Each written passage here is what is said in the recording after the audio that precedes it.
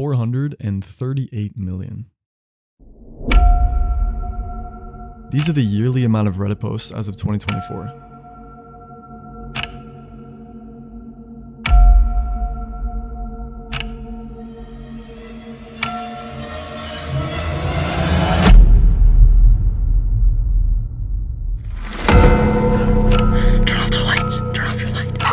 Shoot!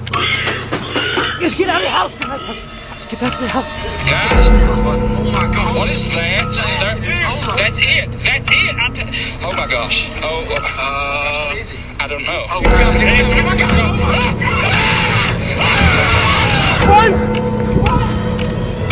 Yeah, come here, dude. Skinwalkers take the shape of anything, and that thing has not ran off yet, dude.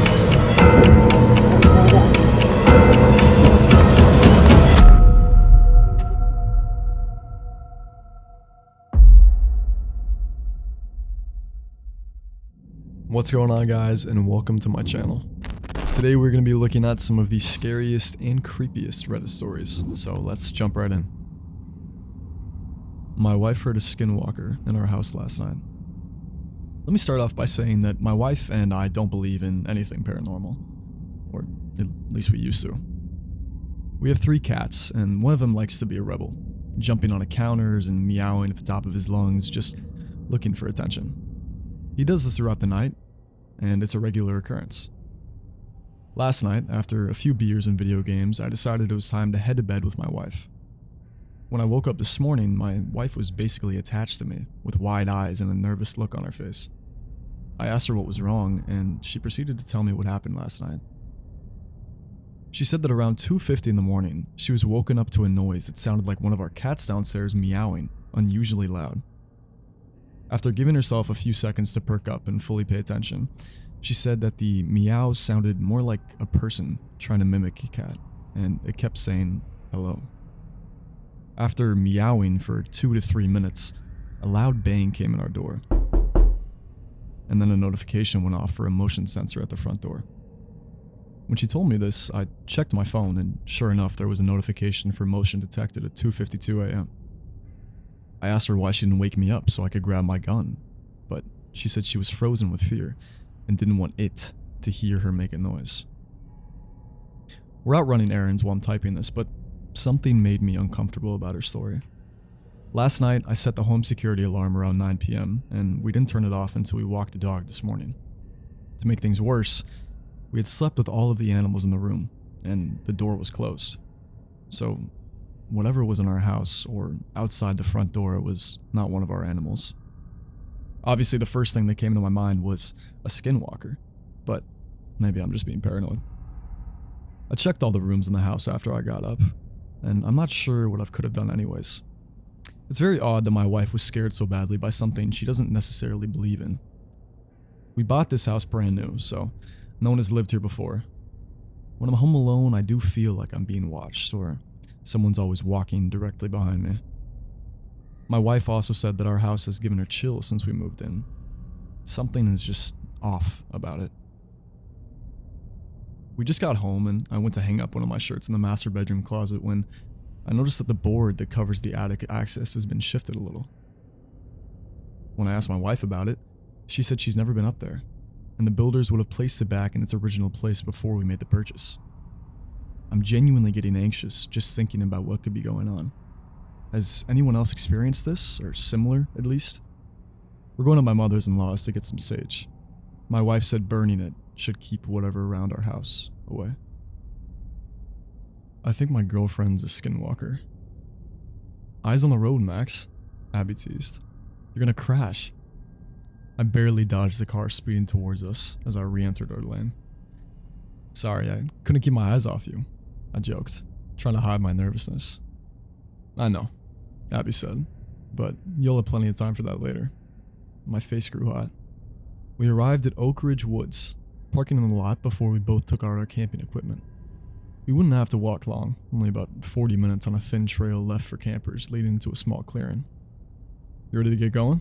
I asked, smiling at Abby. Can't wait, she replied, grinning back. We headed towards the trail and began to walk into the woods. It was a sunny and peaceful day, and we had planned on spending several nights out here. It had taken us both a while to get the time off work and plan the trip, so we did not want anything to jeopardize our fun. I looked up at Abby. "It's awfully quiet," she said, staring forwards. I wonder why. She was always one to worry. "It's okay, Ab. It could just mean there's coyotes nearby or something, or maybe they're just scared of a 5'10" girl with dark brown hair." "Oh, shut up," Abby said, punching my side, and we continued to walk in laughter, but she was right. It was unusually quiet, and there seemed to be an almost palpable dread floating in the air. When we reached the clearing, we were surprised to see another tent. We'd never seen another camper camp out here in our spot since we started coming here yearly, but there was enough space for both of us anyways. "Hello?" Abby said. "Is anyone home?" She began to walk towards the tent, and I walked with her. "Strange," she said, running her hand across some tears in the tent and peering into the mess inside. "Maybe they're just out hiking?" Yeah, you're probably right," I said, ignoring the lacerations. The tent wasn't completely run down, so maybe it was just old. Who knows how many times it's been used. "We should probably get some firewood. I'm starving," Abby chimed. "Alright," I said, my eyes lingering on the tent before moving away. I headed into the forest, grabbing sticks and logs along the way before bringing them back. "We'll need more than that," Abby said. "I was hoping we could stay up and tell scary stories." "Ooh," I said, raising my hands in a fright, and she rolled her eyes as I headed back out. It was glowing dark, and I had to go deeper into the woods to find useful firewood, but the deeper I went, the stranger the smells became, and the quieter the woods around me grew. "What in the hell is that smell?" I said aloud. It smelled of rotten eggs, and with each step I took, the smell intensified. I began to look around for the source of the smell, but all I could see were shadows in the dim dawn light, and that's when I heard him. "Who's there?" My head snapped towards the sound, but I couldn't find it. Who's there?" Someone said again, his words sounding oddly similar to when he said it previously. "Hello?" I asked. "Who's there?" "My name is Max. Me and my girlfriend are camped down next to you, I think," I said, trying to be polite. Who's there?" The voice came again. It began to grow nervous. Something wasn't right about his voice, and why was he repeating the same words? "Well, I'm going to head back now, so maybe I'll see you there," I said, backing away. I saw 2 yellow glowing eyes, but surely it was just my imagination. "Got the firewood?" Abby asked. "Yeah, and I think I ran into a man who's staying in that tent." "You think?" Abby questioned. "Yeah, it was too dark to see him, but he asked me who's there, so I told him we're in the tent next to him." I made sure to leave out the strain details, knowing how paranoid Abby can be, but she still seemed nervous. "And he didn't introduce himself?" "Well, no. And you didn't even see his face? How do you know he's the camper?" I looked towards the ground. "Well, be fine, Abby," I said. "Even if he wasn't, it was just some guy probably camping somewhere nearby." Yeah, you're right. Sorry for bombarding you with questions. My nerves have just been on haywire since we got here. Like something weird messing with me in the air." "I know, and you're good. Let's just try to have a good time," I said, hugging her from the side. We stuffed our faces with s'mores and sausages before Abby began her storytelling. "There was once a young and cute couple, just like the one sitting before you today. We grinned at one another, our night filled with laughter and fun." "This is amazing, Ab," I said, holding on to her tight. "Yeah, Max, I love..." A guttural scream cut her words off. I was instantly on my feet. "Max? We have to see if she's alright." I screamed, already running towards the woods. Max, wait, something's not right." But I ignored her, my feet pounding on the soft floor and only growing in frenzy as I heard another scream. I could hear Abby behind me. She cried for me to stop and wait, but I couldn't just leave someone who may be hurt. Then Abby screamed. I turned to see her fall, and she let out another scream of pain as she grabbed onto her ankle, tears flowing down her cheeks. "Damn it," Abby cried, holding onto her leg. I ran up to Abby and grabbed her shoulder. "Fuck, Abby, are you okay?" My head lowered to meet her gaze, and I saw a flash of anger course through her, but it quickly subsided. "Leave me and see if that damn girl needs help," she screamed before pushing me. "But you..." I started. Go, Max, she screamed. I was always like Abby, worrying about other people before herself. I gave her one last glance before turning and running towards the scream. I'll be right back, Ab, I cried without looking back at her. I ran through the trees, their dark shapes blurring past me, and the rotten smell grew and grew as I approached the cries. My heart pounded, my lungs cried, tears flowed out of my eyes, and that's when I saw it in the clearing. At first, I kept running, not paying attention to the lone deer in the small clearings of trees, but that was until it opened its mouth. Opened it impossibly wide, a crack of bones accompanying its opening as the jaw unhinged, the creature taking in a long and deep breath, the moonlight peering into it, so I could witness its horror. Then, the creature let out a woman's scream, but its mouth didn't move. It just hung open, letting out scream after scream after scream. Slowly, the creature turned its head to look at me, the moonlight sparkling in its glowing yellow eyes, and that's when I got a good look at it. It wasn't a deer. The creature looked like a deer, but its antlers were impossibly long, stretching out like the branches of a tree. Half of its face was missing, showing its long and sharp teeth that were painted red. Visible ribs peeked out of its underside, and its back legs were far too long, with 2 joints instead of just one. The creature's mouth began to vibrate at first, then violently shake and crack before opening wide open. And this time it was a scream that I knew. It let out Abby's scream, the scream that she made when she rolled her ankle. I began to back away, my heart pounding so hard I had to grab my chest to ensure that it wouldn't break through. My mind was spinning and spinning. How the hell was something like this possible? And then I noticed what had been hunched over, what the creature was eating. Tears flowed down my face as I stared in horror at the woman the creature had been eating. Her throat bloodied, her stomach cut open, her eyes facing towards me as if she was staring in terror. I began to cry, my whole body shaking, the fear unbearable as the creature's mouth began to shake again before it let out its next words. Who's there? It said.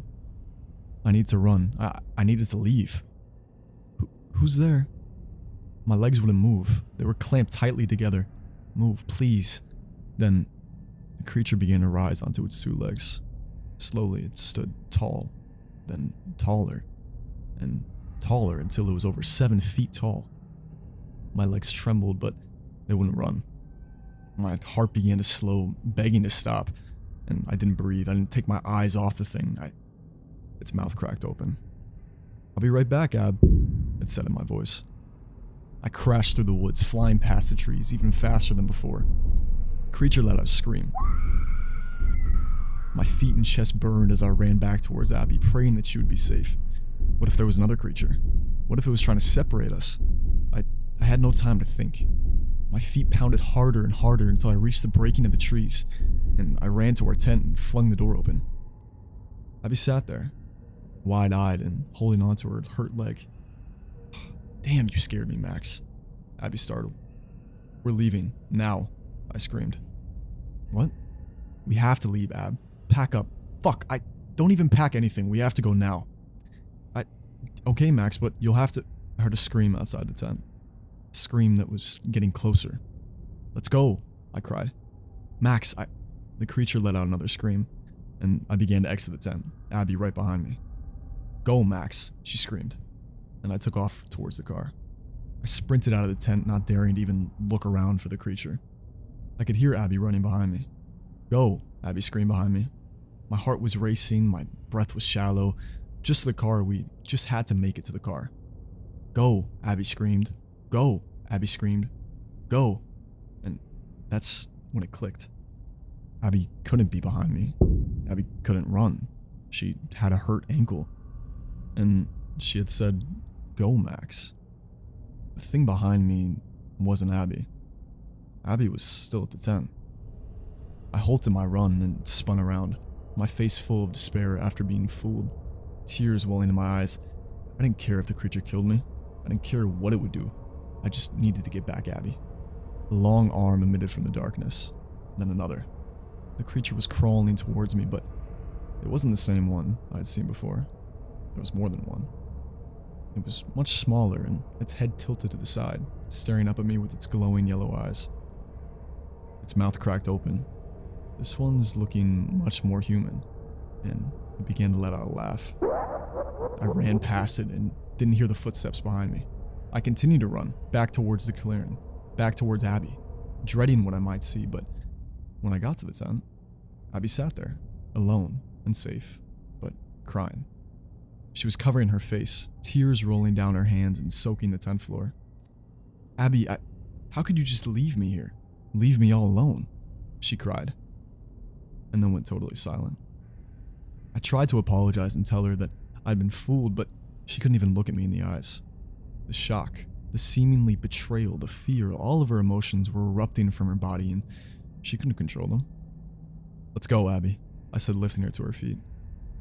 Weeks have passed since that fateful night, and Abby has hardly spoken to me since. The hurt in her eyes when she looks at me, her skin still pale with fear, the way she seems to have been losing weight from stress. From stress, right? She's also been acting strangely.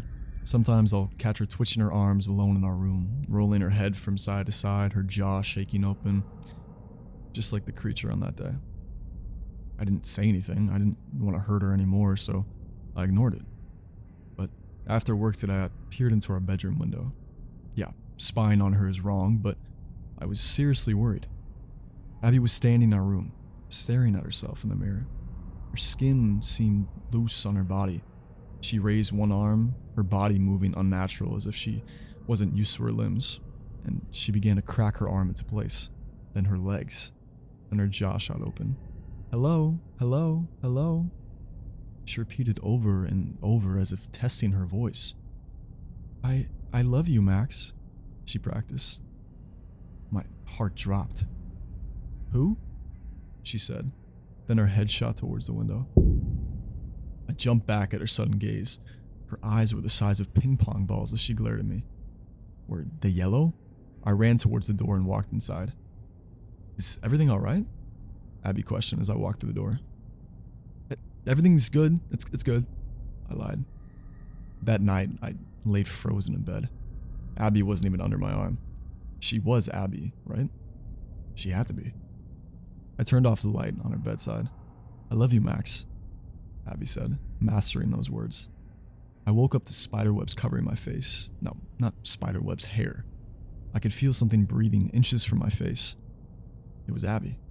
She was on top of me, her face is inches from mine, and I was scared.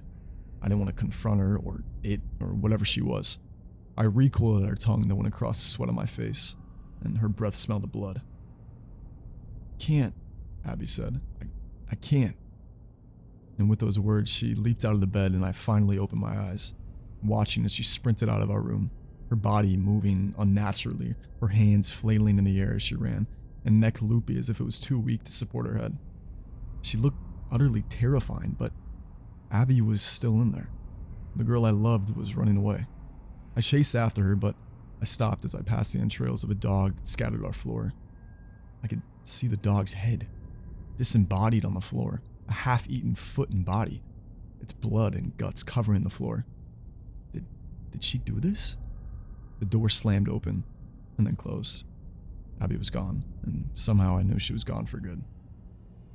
I cleaned up the mess before calling the police and telling them that Abby was acting strange and had gone missing. They questioned and searched, but they couldn't find her. Nobody could. Except rumors were going around of a dark-haired lady in the woods, one that used soothing words to lure people to their demise. The same woods where we saw those creatures. Abby, if you're out there, please come home. I know you're still in there, and I will save you. I packed my bags and loaded a gun, not for Abby, but for those other creatures. I will find her. I will find her. And I will make things right again. If you don't hear from me, don't look for me. I don't want anyone else to suffer the way that we have. I don't want anyone else to become a monster. The night that I saw a Skinwalker. It was late October, a night when the wind howled through the trees like a restless spirit, and the moon hung low, casting long, eerie shadows over the desolate landscape. I was visiting my grandparents' ranch in New Mexico, nestled deep in the desert, miles from the nearest town. The ranch had always been a place of comfort for me. a place where I could escape the noise of the city and bask in the quiet solitude of the open land. But that night, something felt different, like the land itself was holding its breath, waiting for something to happen. Hey, you ever hear those stories about skinwalkers? My cousin Ethan asked, his voice breaking the silence as we sat by the fire pit outside. The flames flickered, casting a warm glow on our faces, but it did little to dispel the glowing unease in my gut. Skinwalkers? I repeated, glancing over at him. His expression was serious, almost too serious for a kid who usually joked about everything. Yeah, he said, lowering his voice as if the very mention of the word could summon something from the shadows. They're these evil witches or spirits. I'm not really sure. They can shapeshift into animals, wolves, coyotes, whatever. But they're not just animals, you know. They're something else. Something wrong. I chuckled nervously, trying to shake off that creepy feeling of creeping up my spine. Come on, Ethan, that's just some Navajo legend, right? Something to just scare kids? Ethan didn't laugh. Instead, he leaned closer to the fire, his eyes narrowing as he stared into the flames. I wouldn't be so sure. My dad said that he saw one once, out near the old cattle pens. Said it was a coyote, but when he looked into its eyes, he knew it wasn't just an animal. It was like it was looking into him, reading his thoughts or something. A shiver ran down my spine, despite the warmth of the fire. What happened? He backed away slowly and got the hell out of there. But he swears it followed him home that night. Heard scratching at the windows like it was trying to get inside. Ethan paused, his voice dropping to a whisper. Said he heard it whispering his name. Okay, enough. I forced a laugh, though my voice wavered. You're just trying to freak me out. Ethan shrugged, a grim smile on his face. Believe what you want, just don't go wandering off alone tonight. We sat in silence for a while, the wind howling louder as the night grew darker. I couldn't shake the feeling that we were being watched, that something was just out there, just beyond the reach of the firelight. I'm heading in, I said finally, standing up and brushing the dirt off my jeans. It's getting kind of cold. Ethan nodded, his eyes scanning the darkness behind the fire. Yeah, good idea. I'll be right behind you. As I turned to head back to the house, I heard it. A low, guttural growl, so deep it seemed to vibrate through the ground beneath my feet. I froze, and my heart pounding in my chest. Did you hear that? I whispered, my voice barely audible.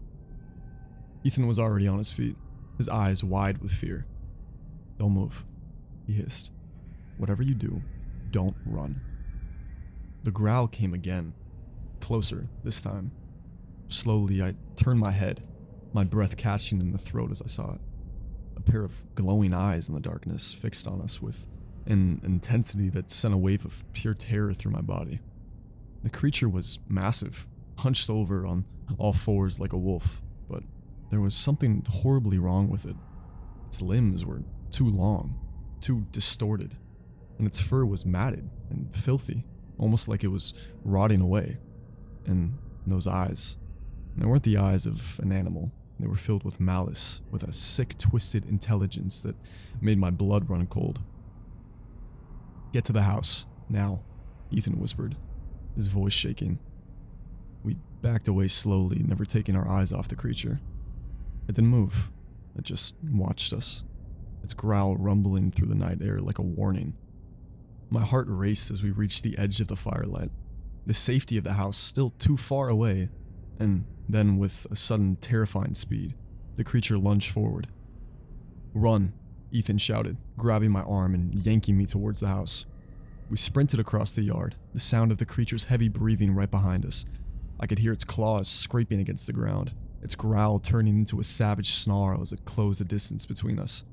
My legs burned, my lungs screamed for air, but I didn't dare slow down. The porch light was in sight, the old wooden steps just a few feet away.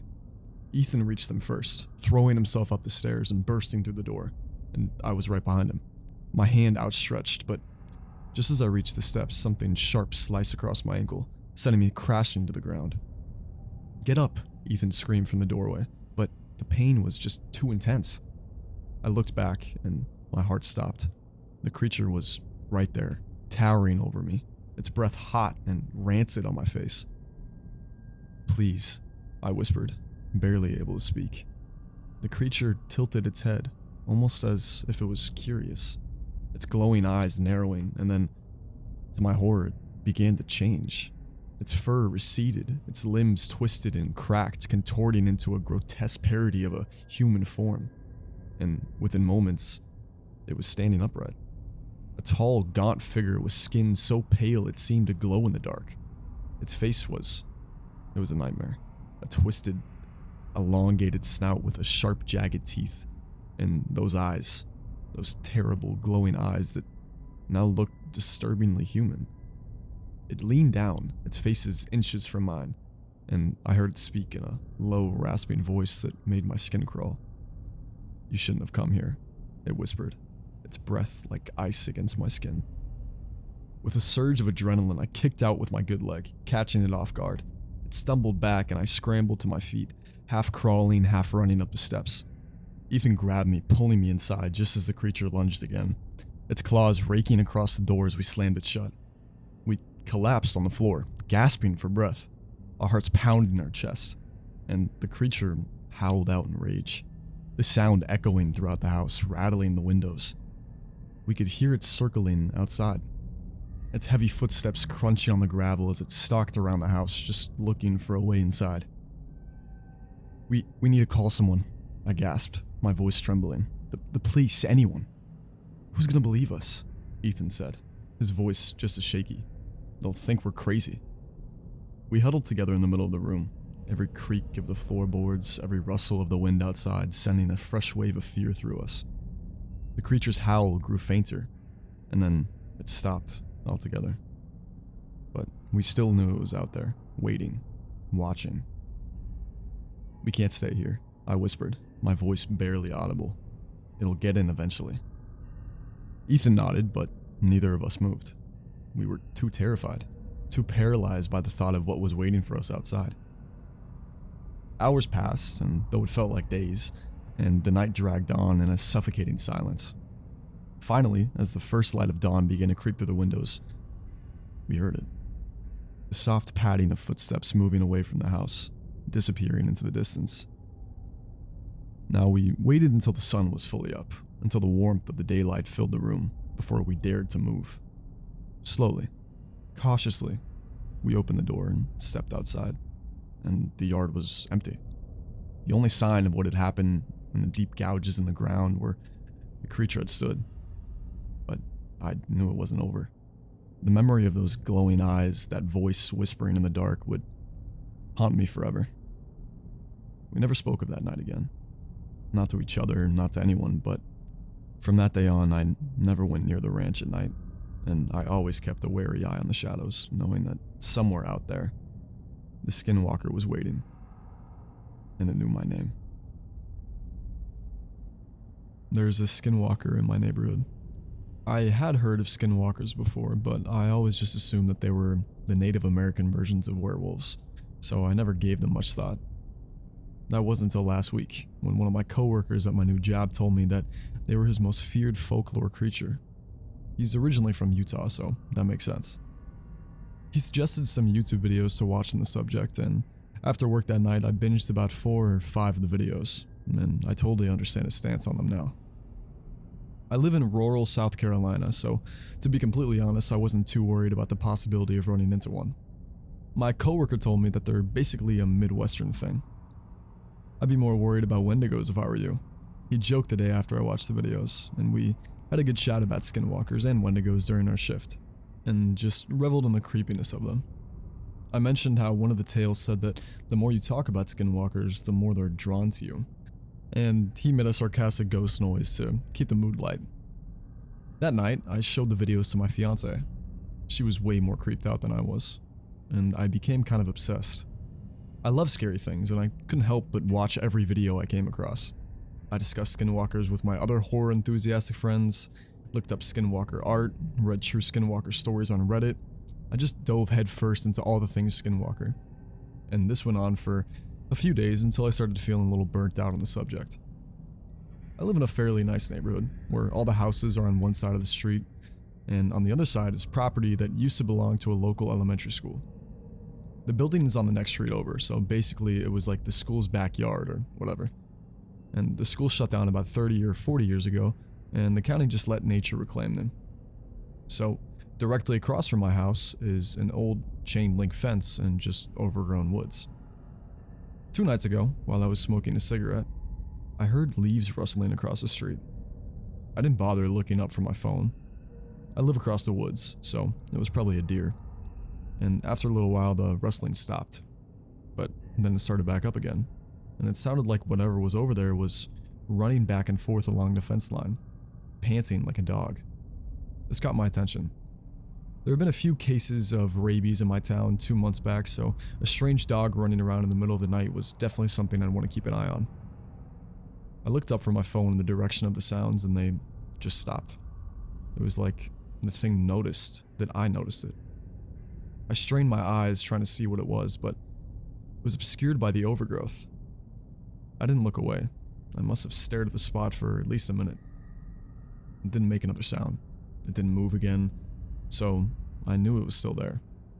A chill ran down my spine, and I began thinking of every Skinwalker video I'd watched over the last week, and I felt sick to my stomach. I quickly put out my cigarette and went inside. The next morning, I took my dog out for a short walk.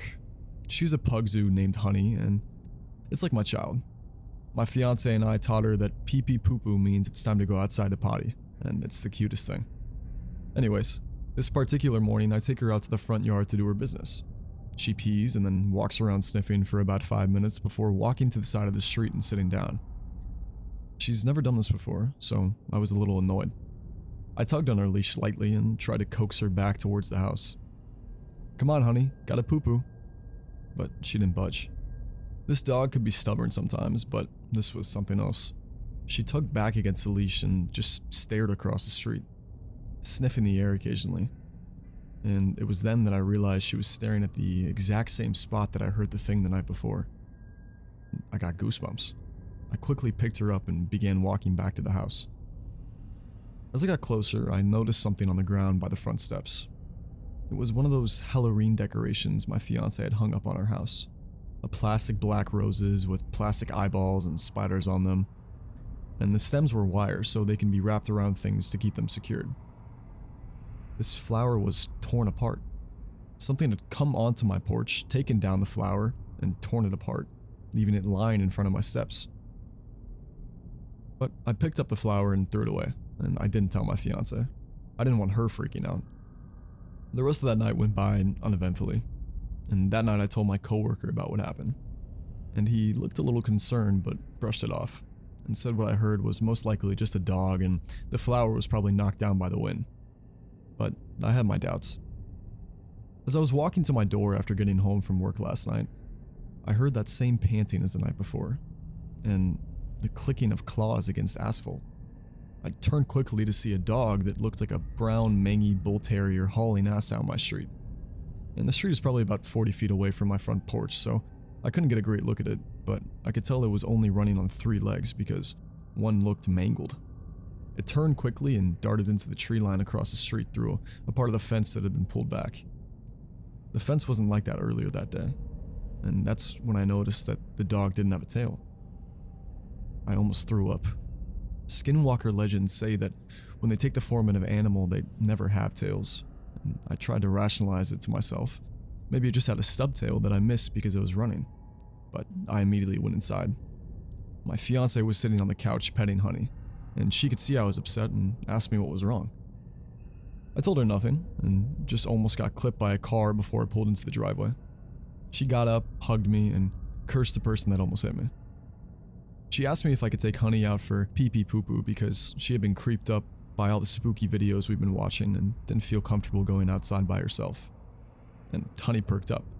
She ran to the door and looked between me and the door, whining excitedly, and I stared down at her for a moment before agreeing to do it.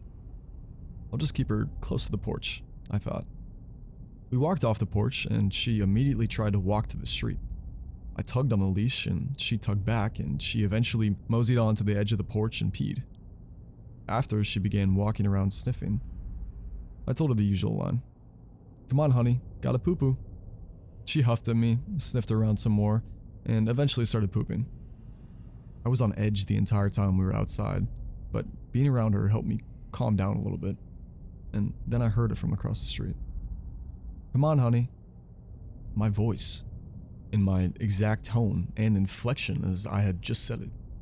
But it sounded staticky, like an old radio broadcast. But it was definitely my voice. Honey stopped what she was doing and stood alert, and she looked over to me and cocked her head. Come on, honey, gotta poo-poo. Again, my voice called from across the street. Honey began whining, looking for me from the woods across the street. I picked her up and began backing up to the steps, not taking my eyes off that part of the fence that had been pulled back. Honey, come. The voice sounded firm now, like it was getting aggravated. Honey squirmed in my arms, whining, and I didn't know if she was trying to get out or go to the voice or run inside, but I wasn't taking my chances. I turned and bolted up the steps and to the door, but as I walked inside, I turned one last time to look across the street, and there, standing in the part of the fence that was pulled back, was the dog. Its eyes were glowing a dull orange, and it had its teeth bared. And the face was all wrong though, like someone had taken a distortion tool and just dragged around random features. But once again, I didn't tell my fiance. Stupid horror movie cliche shit, I know, but I really don't want her losing her shit. I just told her that there's a strange dog running around the neighborhood, so to not take Honey out at night. Later last night, after we had gone to bed, I woke up to the sound of footsteps pacing back and forth outside my window. And against my better judgment, I rolled over to try and see it. I don't, but the pacing stops. Come on, honey. My voice called out, cutting through the quiet of the night, but I prayed my fiance didn't hear. It called out 2 more times before I heard it walking away, and I didn't sleep a wink the rest of the night. Today when I got to work, I'm gonna ask my coworker what I can do to get rid of this thing. I'm scared. I don't think there's a way, but if anyone knows anything, please let me know.